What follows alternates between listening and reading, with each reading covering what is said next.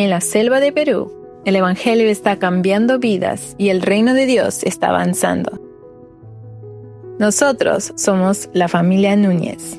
Hola hermanos, ¿cómo están? Quiero enviarle un saludo. Estoy agradecido al Señor por el tiempo que ustedes están orando por nosotros y también por la manera como ustedes participan dentro del ministerio aquí en Puerto Maldonado. Nuestro deseo es predicar fielmente la palabra de Dios, creando oportunidades para que cada creyente glorifique a Dios a través de la comunión, el servicio, compartiendo el Evangelio y mostrando compasión y amor para los no creyentes. En el día a día vivimos eso en varias maneras. Aquí mencionamos 5 áreas de servicio. El primero es la Iglesia Bautista Vida Nueva. Ese es nuestro enfoque principal y donde dedicamos gran parte de nuestro tiempo y esfuerzo. Desde nuestra última visita, por razones que Dios controla completamente, los 2 misioneros solteros que trabajaban con nosotros ya no viven ni trabajan en la ciudad. Aunque se puede desanimarse cuando los líderes se van, ha creado una necesidad que los miembros de la iglesia han respondido. Es otro recordatorio de que es Dios quien edifica su reino. Somos nosotros solo sus siervos. Además de los servicios principales los domingos, nos reunimos para la reunión de oración entre semana, discipulado grupal y estudios bíblicos para jóvenes, mujeres, parejas y también niños. Amy, una señorita de nuestra iglesia, dirige nuestros 3 clubes bíblicos para niños. Tenemos un total de 15 miembros que están sirviendo en esta área cada semana y de 30 a 90 niños que están asistiendo a los clubes y aprendiendo más acerca de Dios. La forma en la que el Ministerio de Niños ha impactado mi vida primero ha sido porque Dios me ha permitido enseñar a los niños y poder pasar tiempo estudiando las lecciones y conociendo más acerca de mi Salvador. Y esto ha permitido que yo crezca espiritualmente y entender que no solamente tengo que enseñar, sino aún también que mi vida puede reflejar a Cristo y que los niños pueden ver a Cristo a través de mi vida. Gracias a Dios hemos podido realizar 2 programas evangelísticas. El propósito de estos programas es establecer contactos, compartir el Evangelio y servir a los no creyentes de una manera práctica. En Navidad realizamos nuestro evento en varios lugares.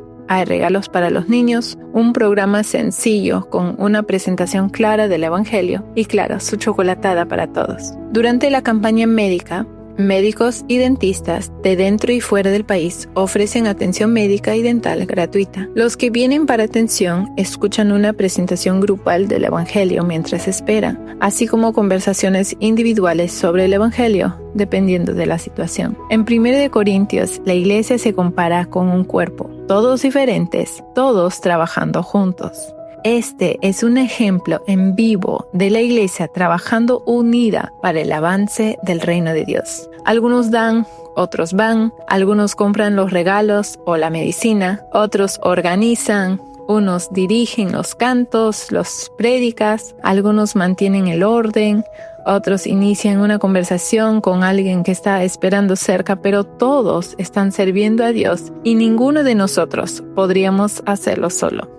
Lo que se logra en estas ocasiones serían imposibles sin su generoso apoyo. Estamos muy agradecidos por la forma en que han invertido en el reino de Dios de esta manera. Quiero contarles cómo es que la Iglesia Bautista Vida Nueva en Puerto Maldonado ha impactado en mi vida. Y bueno, primero me gustaría mencionarle que justamente en esa iglesia es donde tuve mi nuevo nacimiento, mi nacimiento espiritual. Doy gracias a Dios que me permitió poder llegar a la iglesia en la cual me han predicado la verdad de las Escrituras. Estoy muy agradecido al Señor porque gracias a que el Evangelio llegó a mi vida pude aceptar el sacrificio perfecto que Cristo hizo en la cruz por mí.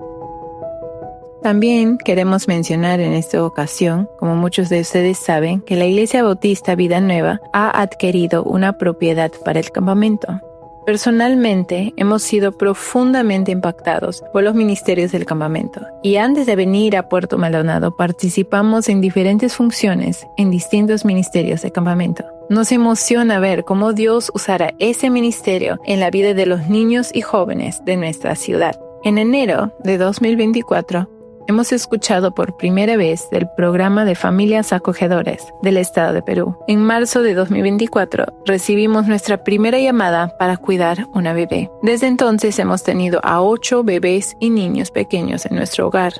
Algunos por una noche, otros por unas semanas y otros por meses. La necesidad de cuidar a estos niños tan pequeños es mucho mayor de lo que nuestra familia puede cumplir. Por esto, estamos orando por una casa hogar para bebés en Puerto Maldonado. Aún no está claro si es algo que haremos nosotros mismos o algo que Dios hará a través de otros, pero queremos participar en la manera que Él nos muestre. Tenemos la bendición de ser parte del cuerpo de Cristo, sirviendo en avanzar su reino junto con ustedes. ¿Cómo puede usted participar en el avance del reino de Dios en Puerto Maldonado? Orando por nosotros, donando como Dios le dirige a usted específicamente y viniendo a visitar y servir junto con nosotros por una semana, un mes o más. Es el reino de Dios. Nosotros somos sus siervos y es un privilegio servir junto con ustedes.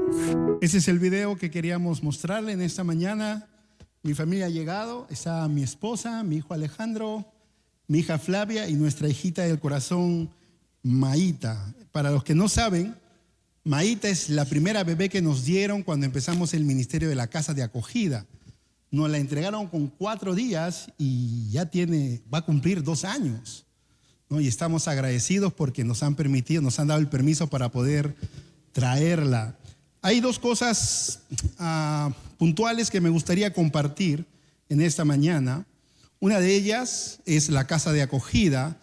El deseo que Dios ha puesto en nuestro corazón es poder continuar a través de la casa de acogida predicando el reino a estas niñas. Queremos que estos niños tengan la esperanza de escuchar el evangelio y conocer la eternidad. Entonces les pido que estén orando, porque la necesidad que tenemos ahora es de poder construir un departamento dentro de nuestro terreno para poder tener más niñas, más niños. Y también que Dios permita que podamos tener una pareja, un matrimonio joven o un matrimonio para que pueda servir con nosotros en la casa de acogida.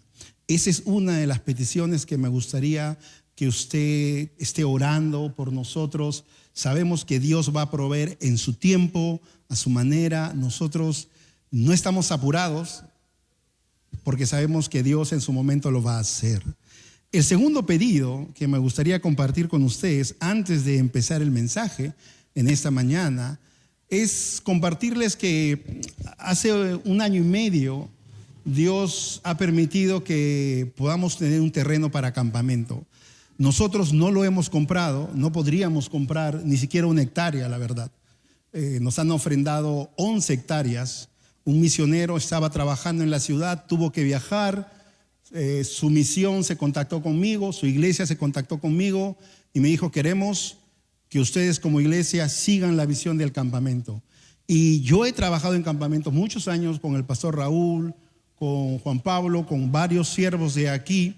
Algunos me conocen de campamentos y sé que los campamentos son lugares donde hay mucha oportunidad de que las personas pasen de muerte a vida eterna. Y sé cómo ha impactado también mi vida. Entonces, queremos trabajar en campamentos. Ahora en febrero vamos a iniciar nuestro campamento de niños y de adolescentes.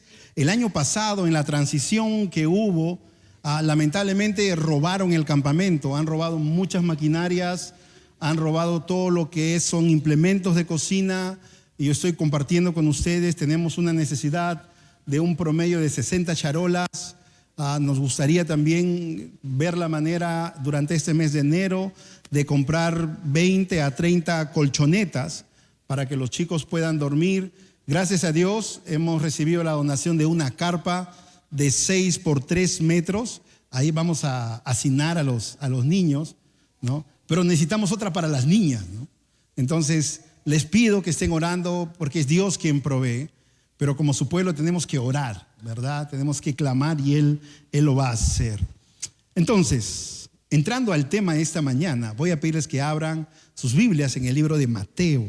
Mateo capítulo 5. Hoy día vamos a estar viendo acerca de las pruebas que como ciudadanos del reino vivimos, que como ciudadanos del reino pasamos.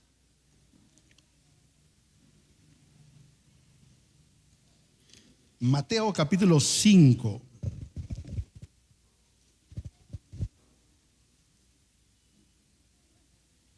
Versículo 1 y 2 nos va a dar la idea para esta mañana. Mateo capítulo 5, versículo 1 y 2. Viendo la multitud, subió al monte y sentándose, vinieron a él sus discípulos y abriendo su boca les enseñaba diciendo: Padre, queremos agradecerte esta oportunidad que me das de poder hablarle a tu pueblo. Gracias te doy, buen Dios, porque tu palabra es viva y eficaz. Gracias te doy por cada uno de los hermanos que en esta mañana ha podido congregar y también por aquellos que aún no te conocen. Te pido, Dios, que nos ayudes a que podamos centrarnos en tu palabra. Que todo pensamiento o planes que podamos tener para el resto del día puedan ser callados, sacados, y que podamos centrarnos en lo que tú nos quieres hablar. Oramos agradecidos en el nombre de tu Hijo Jesús. Amén. Quiero empezar en el versículo 1 y en el versículo 2, haciendo hincapié que el Sermón del Monte fue un mensaje específico, pero vemos aquí que hay dos públicos. El primer público, y es el público en el cual Jesús quería enseñar, es sus discípulos. Versículo 1 dice: viendo la multitud, subió al monte y sentándose vinieron a él sus discípulos. Ese es el primer público, porque el Sermón del Monte es un mensaje para sus discípulos, para los ciudadanos del reino, pero también es un mensaje que va a impactar y que impacta la vida de toda persona. Y este es el segundo público. Viendo la multitud, muchas personas estaban siguiendo y buscando a Jesús. Ahora, yendo al versículo 10, versículo del 10 al 12 será nuestro pasaje de texto, digamos así, en esta mañana. Dice: bienaventurados los que padecen persecución por causa de la justicia, porque de ellos es el reino de los cielos. Bienaventurados sois cuando por mi causa os vituperen y os persigan y digan toda clase de mal contra vosotros mintiendo. Gozaos y alegraos, porque vuestro galardón es grande en los cielos. Ahora, viendo esos pasajes, entramos a nuestro tema. Y la idea del tema en esta mañana es que las pruebas no contradicen nuestra ciudadanía del reino. Las pruebas no contradicen nuestra ciudadanía del reino, sino son el medio por el cual Dios confirma, forma y también glorifica. Uno de los más grandes conflictos para los creyentes son las pruebas. Porque a veces pensamos que como ciudadanos del reino, que como cristianos, las aflicciones, los sufrimientos no deberían llegar a nuestra vida. Pensamos que porque ya asistimos a la iglesia no deberíamos tener dificultades. Yo he conversado con algunos hermanos allá en la iglesia y algunos que posiblemente no son creyentes. Este tema: pastor, pero antes de venir a la iglesia no tenía tantos conflictos, no tenía tantas pruebas, no tenía tantas dificultades, mi conciencia no me aquejaba tanto, pero ahora es difícil. Tengo que luchar más con mi esposa, tengo que luchar más con mi esposo. Ahora que no estamos viniendo a la iglesia, no tenemos problemas. No tenemos problemas ni de conciencia. Ella hace su vida, yo hago mi vida y todos somos felices. A veces pensamos que por ser creyentes, las pruebas o las dificultades no deberían venir. Pero debemos de entender que el reino no funciona con la lógica de este mundo. Y debemos de entender que cuando llega las bienaventuranzas, como las que vamos a ver ahora, hay una confrontación con la idea del mundo, porque la idea del mundo es que debes de evitar el conflicto y debes mantener la paz y no debe haber dificultades. Pero lo que encontramos en el mensaje, en el Sermón del Monte, como ciudadanos del reino, hay una verdad incómoda pero gloriosa. Incómoda porque a nadie les gusta el sufrimiento, las pruebas, pero gloriosa porque viene como una descripción para aquellos que son parte del reino. El sufrimiento por causa del reino es una marca de identidad. No es una anomalía. Es una marca de nuestra identidad, el sufrimiento. Y a veces pensamos que porque sufrimos algo estamos haciendo mal. En el versículo 10 de Mateo 5 dice: bienaventurados los que padecen persecución por causa de la justicia, porque de ellos es el reino de los cielos. Vamos a ver cómo las pruebas son parte esencial del discipulado en nuestra vida y por ende del discípulo, y que todo ciudadano del reino debe de recordar y aprender. En primer lugar, como el punto número 1, debemos de entender que las pruebas confirman nuestra ciudadanía del reino. Si tú has pasado pruebas, si tú estás pasando pruebas, esto confirma que eres un ciudadano del reino. Una vez más, versículos 10 y 12 al 12 dice: bienaventurados los que padecen persecución por causa de la justicia, porque de ellos es el reino de los cielos. Bienaventurados sois cuando por mi causa os vituperen y os persigan y digan toda clase de mal contra vosotros mintiendo. Gozaos y alegraos, porque vuestro galardón es grande en los cielos, porque así persiguieron a los profetas que fueron antes de vosotros. Jesús declara bienaventurados. Jesús no declara desdichados. A los que padecen persecución por causa de la justicia. Y esto es clave, porque tú puedes sufrir por malas decisiones. En los versículos del 11 al 12 de Mateo capítulo 5, no lo vamos a leer ahora, puedes escribirlo, puedes apuntarlo y en casa puedes repasarlo. Te vas a dar cuenta que la palabra bienaventurados se repite en cada versículo. Y la palabra bienaventurados muchas veces lo hemos tomado como simplemente feliz. Bienaventurado como simplemente alegres o felices. Y el contexto, la idea de este versículo, que en el griego es makarios, tiene otro significado. Tiene que ver con dichoso, con bendecido por Dios. Tiene que ver con tener la aprobación de Dios. Tiene la idea de una condición de un favor divino. No describe una emoción pasajera, sino un estado espiritual delante de Dios. Esto tiene que ver con bienaventurados. A veces pensamos que bienaventurados tiene que ver con la felicidad circunstancial. Y en el mundo la felicidad circunstancial depende de lo que tengo, depende de lo que siento, depende de lo que me sucede.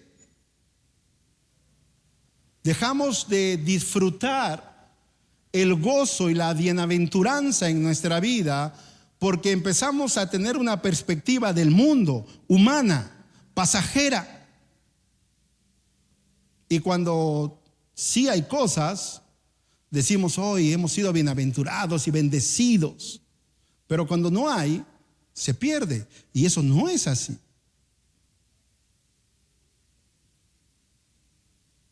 Las bienaventuranzas tiene que ver con que a pesar del dolor, la pobreza, el llanto o la persecución, tú sigues disfrutando de tu relación con Dios. Tú sigues disfrutando de que Dios te mira y aprueba la manera como te conduces día a día. Bienaventurados los pobres en espíritu. Y no porque sean pobres, sino porque el pobre en espíritu reconoce su necesidad y corre a las riquezas de Cristo y corre a la cruz de Cristo porque sabe que no hay nada que pueda llenar esa pobreza. Y cada uno de los creyentes ha reconocido su pobreza espiritual. Por eso ahora tiene las riquezas de Cristo. No tiene que ver, bienaventurados los que lloran, no tiene que ver con el sufrimiento en sí. Tiene que ver que somos consolados por Dios. Cuando hablamos de bienaventuranzas, también hablamos que no son órdenes, sino que Dios, a través de la persona del Señor Jesucristo, va declarando las bienaventuranzas con condiciones. Los pobres en espíritu, los mansos, misericordiosos, son condiciones. Pero también hay promesas. De ellos es el reino, serán consolados, verán a Dios. Entonces, cuando hablamos de las bienaventuranzas, estamos hablando de una perspectiva del reino, no de una perspectiva del mundo. En el Sermón del Monte se invierten los valores. Los valores en este mundo dependen de qué? Dependen de ti. Yo deseo, yo anhelo, yo quiero. Y es así como vivimos muchas veces. Y es así los conflictos en el hogar y las luchas en toda área del mundo. Porque cada uno quiere la mayor parte de la torta. Cada uno quiere la mejor presa. Cada uno quiere el plato más lleno. Pero cuando hablamos de la perspectiva del reino en las bienaventuranzas, entendemos que en el mundo dice bienaventurados los fuertes, pero Jesús dice bienaventurados los mansos. El mundo dice bienaventurados los que se vengan, pero Jesús dice bienaventurados los misericordiosos. La idea es totalmente diferente. Y créeme, tuviéramos menos conflictos, tuviéramos menos dificultades si viviéramos con una perspectiva del reino. En Filipenses capítulo 2 vemos que dice: haya pues el sentir que hubo también en Cristo. ¿Y cuál es este sentir? Que no miró lo suyo propio, sino lo de los demás. Él no miró el sufrimiento y lo que iba a costar su vida. Miró lo que iba a alcanzar, que es la nuestra. Y esa es una perspectiva totalmente diferente. Entonces, bienaventurado es quien vive bajo el gobierno de Dios en un mundo donde conoce el éxito de otra manera. Y regresando, después de haber visto sobre la bienaventuranza, regresando a nuestro tema del sufrimiento, no todo sufrimiento es bienaventurado. Jesús no dice bienaventurados los que sufren, sino dice que bienaventurados los que sufren por causa del reino. Porque hay sufrimiento por malas decisiones. Hay sufrimiento por pecado. Hay sufrimiento cuando decidimos no escuchar el consejo. Pero lo que el Señor Jesucristo marca aquí, la bienaventuranza cuando sufren por causa del reino. También la persecución revela pertenencia. En el libro de Juan, capítulo 15, versículo 19, Juan 15, 19, si fueras del mundo, el mundo amaría lo suyo, pero porque no sois del mundo, por eso el mundo os aborrece. Siempre la luz incomoda las tinieblas. El Señor Jesucristo, con la manera como Él vivía, incomodaba a los líderes religiosos. No necesitamos ponernos a discutir con este mundo o pelear con este mundo. Necesitamos vivir con una perspectiva del reino. Nada más. Y te vas a dar cuenta cómo el mundo empieza a perseguirte. Yo he comentado esto algunas veces. Cuando yo era adolescente, me incomodaba escuchar a mi mamá leer la Biblia. Me incomodaba escuchar a mi mamá orar.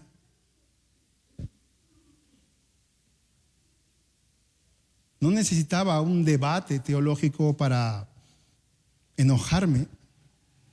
Y es así, porque cuando alguien abre la Biblia y empieza a leerla, la oscuridad se va a incomodar.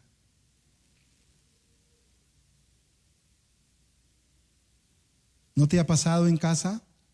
¿Puedes leer en voz baja, por favor? Puedes orar más allá porque estoy trabajando y tu oración, tu voz me molesta. No tiene que ver con eso. Tiene que ver que ha empezado a haber oscuridad en el corazón. Porque la palabra de Dios es agradable. Así, ¿por qué debe ser incómoda leerla o escucharla? La persecución revela pertenencia. No necesitas ir al Medio Oriente para sufrir persecución. Vive como un ciudadano del reino y te vas a dar cuenta de la persecución en tu hogar. Ahí está el cristianista. Sí, pues que como tú eres bien cristiano, por eso nos hace recordar nuestro pecado. Sucede cuando quieres vivir bajo las expectativas del reino. El mundo se va a incomodar. Pero también debemos de entender que el Señor Jesucristo dijo, porque de ellos es el reino de los cielos. No dice será, dice que es, porque el reino pertenece a quienes perseveran en medio de la prueba. Así que, si estás siendo burlado o rechazado por tu fidelidad a Cristo, no estás fuera de la voluntad de Dios, estás caminando en ella. A veces pensamos todo lo contrario. Pensamos que necesitamos la aceptación de este mundo. ¿Y sabes cuál es el precio que pagamos para ser aceptados por este mundo? Nuestra fidelidad al Padre. Nuestra fidelidad a aquel que envió a su Hijo a morir por nuestro pecado. Cuando queremos tener un mejor negocio, cuando queremos tener mejores amistades, el precio que muchas veces tenemos que pagar es nuestra fidelidad al Padre. Recuerda, si estás siendo rechazado por ser fiel a Cristo, estás caminando en la voluntad de Dios. Estás andando en su voluntad. Las pruebas también forman el carácter de los ciudadanos del reino. Vamos al libro de Santiago, Santiago capítulo 1.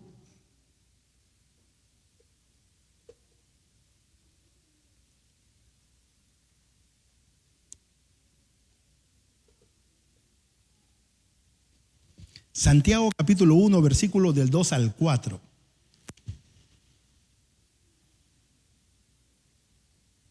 Santiago capítulo 1, versículos del 2 al 4. Hermanos míos, tened por sumo gozo cuando os halléis en diversas pruebas, sabiendo que la prueba de vuestra fe produce paciencia. Mas tenga la paciencia su obra completa, para que seáis perfectos y cabales, sin que os falte cosa alguna. Y Santiago empieza con una exhortación muy radical. Tened por sumo gozo cuando halléis en diversas pruebas. No dice que la prueba sea gozosa en sí misma, pero dice que el gozo nace de lo que Dios produce a través de ella. Y esto va formando el carácter en el ciudadano del reino. ¿Qué es la primera parte? Las pruebas producen ¿qué cosa? Paciencia. Y la palabra paciencia tiene que ver con una perseverancia constante, una perseverancia activa, tiene que ver con firmeza bajo presión. Recuerda, el reino no se construye con cristianos impulsivos. El reino se construye con cristianos firmes. Es lo que Cristo tuvo que hacer con Pedro durante su discipulado. Señor, contigo hasta la muerte, cantó el gallo, y yo no lo conozco. Pero Dios, en la persona de Jesús, lo tuvo que afirmar. Pero la paciencia también produce madurez. Cuando llegan pruebas a nuestra vida, muchas de ellas a veces económicas, es muy fácil salir de ellas a veces. Agarras tu teléfono, entras a tu aplicación del banco, préstamo personal preaprobado, dinero en tu cuenta. Ni siquiera has orado, ni siquiera has evaluado si vas a poder pagar, o en especial, ni siquiera has pensado qué quiere Dios hacer contigo en medio de esta prueba. Porque antes que la prueba acabe, hay algo que Dios quiere hacer contigo. Las pruebas producen paciencia. La paciencia produce madurez. Estamos tratando muchas veces salir rápidamente de las pruebas y no le hemos preguntado: Dios, en esta prueba, ¿qué quieres formar en mí? ¿Qué área de Cristo falta en mi vida? Porque esa es la idea. Como ciudadanos del reino, vamos experimentando, vamos conociendo a Dios, y Cristo va siendo formado en nuestra vida. Pero no queremos muchas veces sufrir. El dolor nos aturde. Y no nos estamos preguntando: ¿qué quiere Dios hacer conmigo? Es difícil perder a un ser querido. Es difícil perder un trabajo. Es difícil perder relaciones. Pero en medio de cualquier sufrimiento hay algo que Dios quiere hacer contigo. Y antes que tú salgas de ese proceso del valle del dolor, no desaproveches la oportunidad y pregúntale: Dios, ¿qué quieres hacer conmigo? ¿Qué quieres hacer con cada lágrima que estoy derramando en este proceso? Porque hay algo que Dios quiere hacer. Las pruebas no son un castigo del reino. Las pruebas son herramientas de formación. Él quiere seguir formándote. ¿Sabes? Dios nos ama tanto que no quiere que partamos a la eternidad así como estamos. Quiere seguir perfeccionándonos. quiere seguir haciéndonos dignos del reino para compartir con este mundo el amor de nuestro Rey.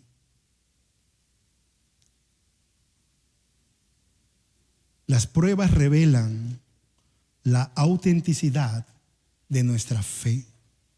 Vamos a 1 de Pedro, capítulo 1, versículo del 6 al 7. Si has leído la carta de 1 de Pedro, esa es una carta enviada a los cristianos cuando va a empezar la persecución. Los cristianos empiezan a salir a buscar diferentes lugares donde no los encuentren, donde no los maltraten, pero a pesar de esto van a pasar pruebas.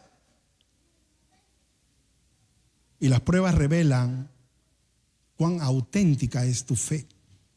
En la abundancia, en el conjunto completo de familia, cuando tu equipo gana o cuando te suben el sueldo, todos somos los buenos cristianos. Amén, aleluya, gloria a Dios. En la muerte, en la necesidad, en la pobreza, en la soledad, vemos la verdadera fe brillar en medio de una oscuridad desesperante. Y no solamente tú puedes ver brillar esa luz, sino que todos los demás que están a tu alrededor, que saben que estás pasando esta prueba, van a ver brillar tu fe y van a decir: yo quiero esa fe. En lo cual vosotros os alegráis, aunque ahora por un poco de tiempo, si es necesario, tengáis que ser afligidos en diversas pruebas, para que sometida a prueba vuestra fe, mucho más preciosa que el oro, el cual, aunque perecedero, se prueba con fuego, sea hallada en alabanza, gloria y honra cuando sea manifestado Jesucristo. Y lo que Pedro está describiendo aquí a los creyentes perseguidos, dispersos y afligidos, les recuerda que la prueba revela algo. La fe es probada. La fe es probada. La prueba actúa como un examen espiritual. No, la prueba no crea fe. La prueba la manifiesta.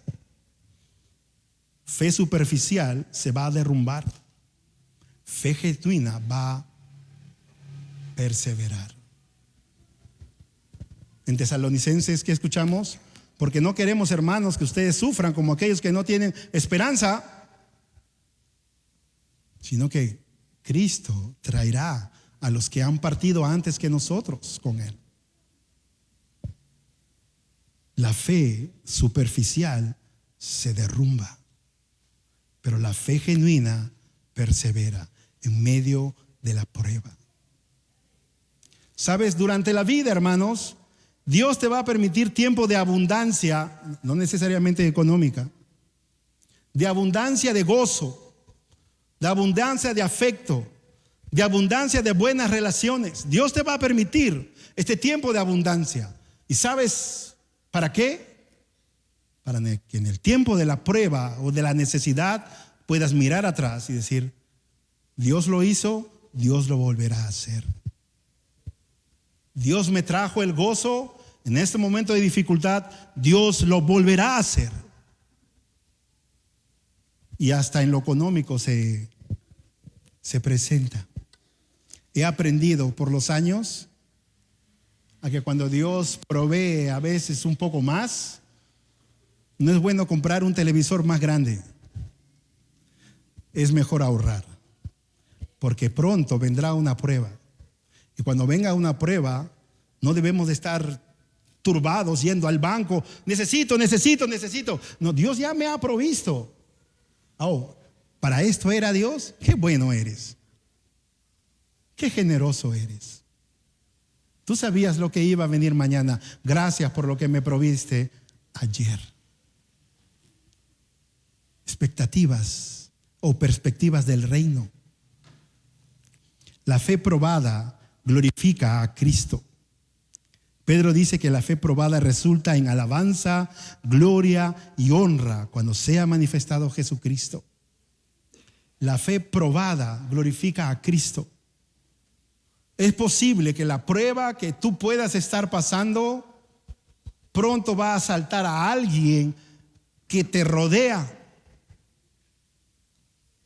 Y es muy seguro que esa persona te buscará y te dirá: hermano, ¿cómo pasaste tu prueba?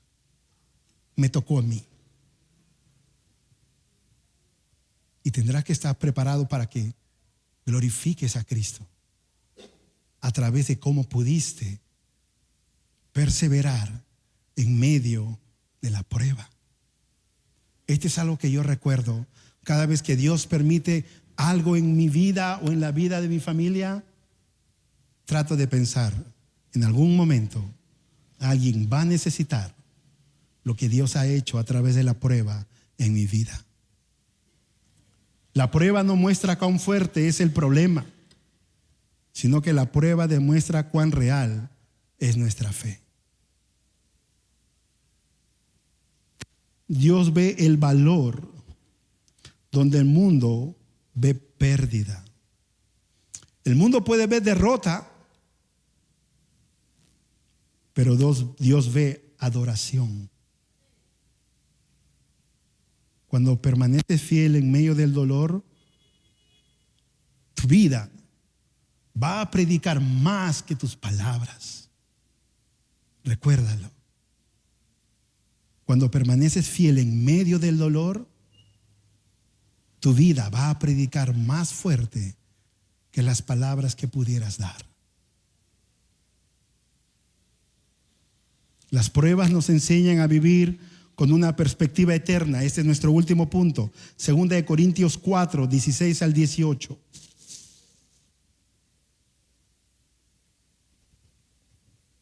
Segunda de Corintios 4, 16 al 18.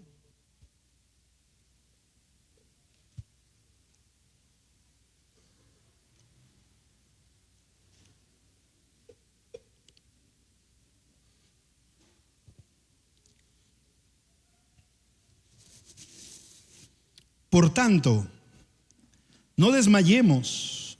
Antes, aunque nuestro hombre exterior se va desgastando, el interior, no obstante, se renueva cada día. Porque esta leve tribulación momentánea produce en nosotros cada vez más excelente y eterno peso de gloria. No mirando nosotros las cosas que se ven, sino las que no se ven. Pues las cosas que se ven son temporales, pero las que no se ven son eternas. Las pruebas nos enseñan a vivir con una perspectiva eterna. Pablo no minimiza el dolor del sufrimiento, pero las compara con la gloria venidera. Esta leve tribulación momentánea produce en nosotros una vez más excelente y eterno peso de gloria. Lo visible es temporal. Te lo digo de esta manera. Las pruebas que tú y yo hemos pasado y vamos a pasar tienen fecha de vencimiento. Tienen fecha de vencimiento. Cuando traigo en mi mente fecha de vencimiento, me acuerdo cuando iba antes a los centros comerciales, antes pues, ¿no? Yo veía que cómo le cambiaban pues la fecha de vencimiento a los productos, porque antes no había nadie regularizaba nada de estas cosas, pues no observaban. Pero las pruebas que vamos a pasar aquí tienen fecha de vencimiento.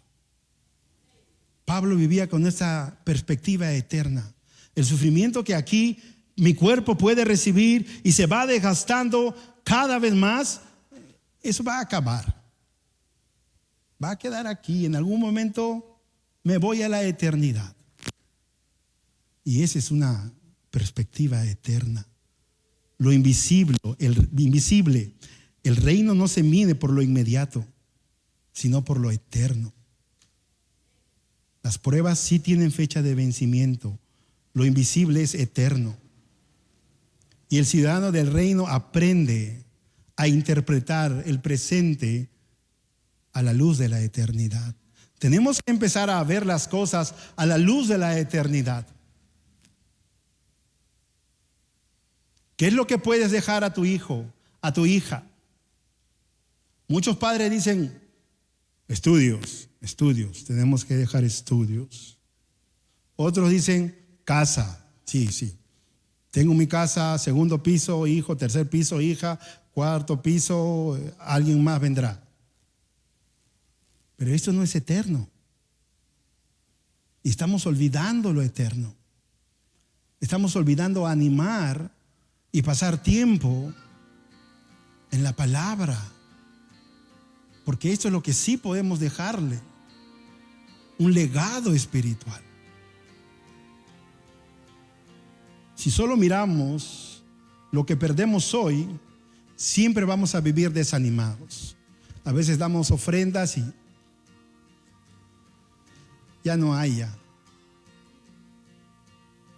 Pero no estamos pensando en lo eterno. Siempre cuando miramos lo que perdemos ahora, vamos a vivir desanimados y tristes. Hoy se malogró la moto, hoy se malogró.